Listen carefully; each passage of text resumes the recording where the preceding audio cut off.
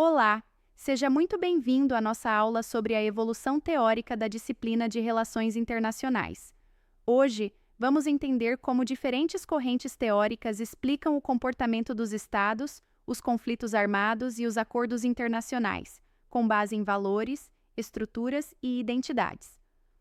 Nosso objetivo é reconhecer o que são as teorias de relações internacionais e como elas são usadas em análises transnacionais, identificar os principais elementos dessas teorias e como elas evoluíram com o tempo, compreender o papel dos Estados e das instituições internacionais nas principais abordagens teóricas, e, por fim, analisar narrativas sobre os interesses estatais e o papel das nações em temas sensíveis no sistema internacional. Notas históricas e o surgimento das teorias clássicas. As relações internacionais, enquanto campo de conhecimento formalizado, surgiram no início do século XX, influenciadas pelas disputas coloniais e pelas duas guerras mundiais. Teóricos como Hans Morgenthau buscaram explicar os motivos dos conflitos armados e como os estados decidiam ou não entrar em guerras. Nessa fase inicial, buscava-se dar prestígio à nova área.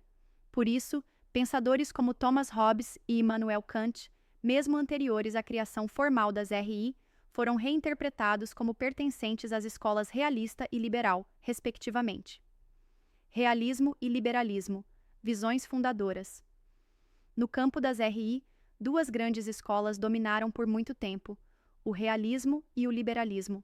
O realismo, inspirado em Hobbes, vê o ser humano como egoísta. O Estado busca sobreviver num mundo sem ordem global, a chamada anarquia internacional. O liberalismo, inspirado em Kant, enxerga os seres humanos como bons por natureza. Acredita que a paz entre os povos é possível, especialmente entre democracias. Durante a Primeira Guerra Mundial, o liberalismo teve grande influência, sobretudo nos 14 pontos de Woodrow Wilson.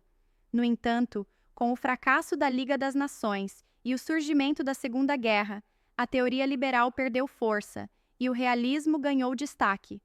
Fundamentos do realismo. O realismo acredita que o Estado é o ator central das relações internacionais. Ele age racionalmente para preservar seus interesses. Vive em um sistema sem autoridade superior, onde reina a desconfiança. A guerra, para os realistas, é inevitável. Hans Morgenthau afirmou: toda política é uma luta pelo poder. Essa teoria também sustenta que o sistema internacional está em constante equilíbrio de poder, pois os Estados fazem alianças temporárias para impedir que um país se torne dominante. O neorrealismo, defendido por Kenneth Waltz, atualizou essa teoria. Ele propõe que os comportamentos estatais são moldados pela estrutura do sistema internacional, não pela natureza humana. A ênfase é na lógica da estrutura, e não da moralidade. Críticas ao realismo. Apesar de sua influência, o realismo é criticado por ignorar a política interna dos Estados, desconsiderar atores não estatais, como ONGs e organizações internacionais, ver o mundo de forma excessivamente pessimista, reforçar a ideia de que a guerra é inevitável, o que pode se tornar uma profecia autorrealizável. Aplicando o realismo. Caso Estado Islâmico. O realismo explica, por exemplo, a resposta internacional ao grupo Estado Islâmico. Estados Unidos, França, Rússia e outros países formaram uma coalizão para proteger seus interesses. Usaram duas estratégias realistas: o equilíbrio de poder, formando alianças flexíveis, e a dissuasão, com o uso de força superior para neutralizar a ameaça. Fundamentos do liberalismo.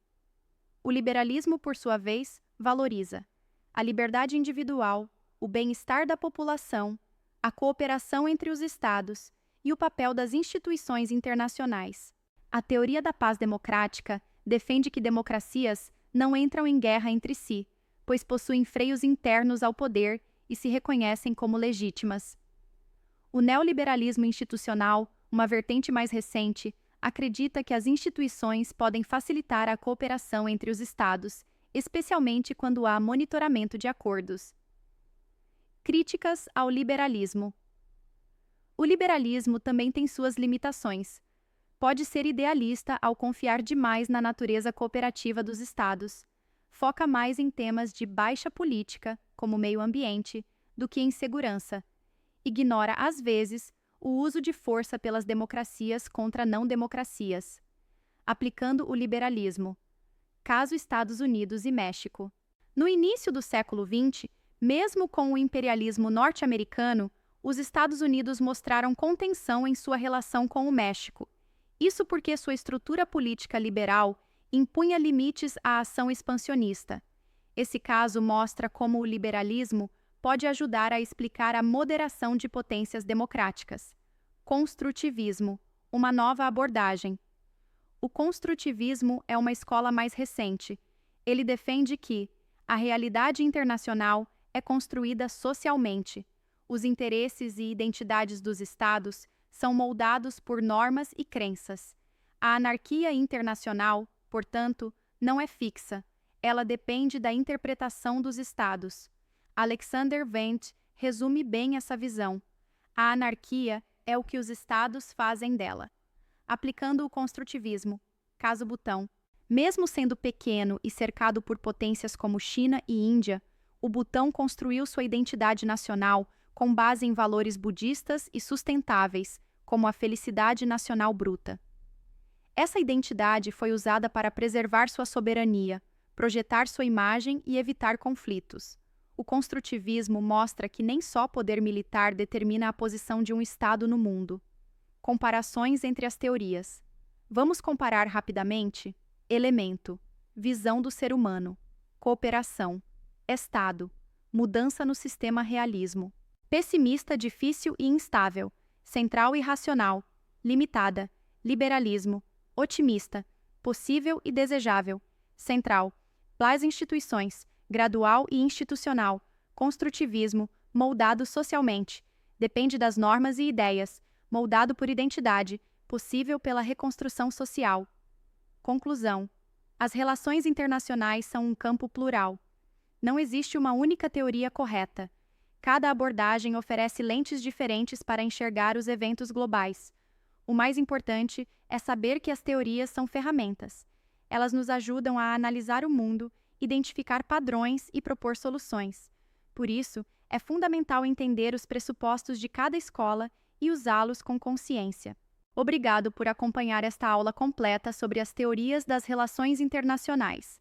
Agora que você conhece o realismo, o liberalismo e o construtivismo, está muito mais preparado para analisar o cenário internacional com um olhar crítico, teórico e estratégico. Até a próxima!